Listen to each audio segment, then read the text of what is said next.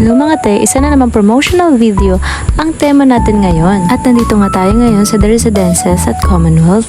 Malapit lang sa Evergotesco Mall. First time ko nga lang dito makapunta at hindi ko akalain na meron palang ganitong lugar dito sa Commonwealth. Pagpasok mo pa lang, napaka-approachable na ng mga guards. Meron din silang malawak na parking space. At wag ka. Opak, check na naman yung lobby nila. Napaka-bongga, diba? Ang syala, lakas makayaman. At nandito na nga tayo sa Studio 1131. At bagong open nga lang to, kaya kung makikita nyo, bagong-bago pa lahat ng mga gamit. At guys, pagpasok nyo, grabe, napakabango. Amoy hotel ang peg ni ate mo. Napakalinis. At alam mo yun, kapag pumasok ka sa bahay, napaka-welcoming at napaka-comfortable sa pakiramdam. This room also can accommodate up to 4 packs. Yung beddings, bongga. Split kitchenwares din sila, kaya pwede ka mag-underluto. O pati mga gamit, aesthetic. Isa to sa na-amaze ako yung lutuan nila kasi naka-built-in sa, kaya ang linis siya tingnan. Kapag nagbabahay ako, ganito ipapagawa ko. Yung mga utensils, hindi lang basta lang, naka-arrange din sila ng maayos. Oh, diba? Partner. Unlike sa mga previous na napuntahan ko, may mga ipis-ipis. Naku talaga, pinaka-ayaw ko talaga sa ganun. Oh, yung ref, ang linis, besh. Walang kaamoy-amoy, mga te.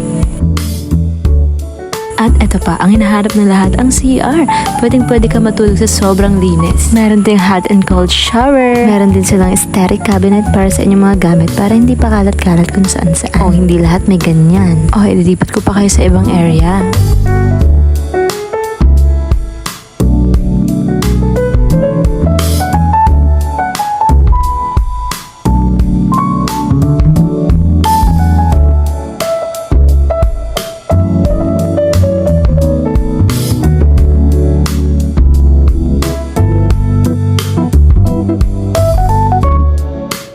At ganito naman ang view sa labas ng bintana. Oh, diba? P-E-R-F-E-C-T. Perfect!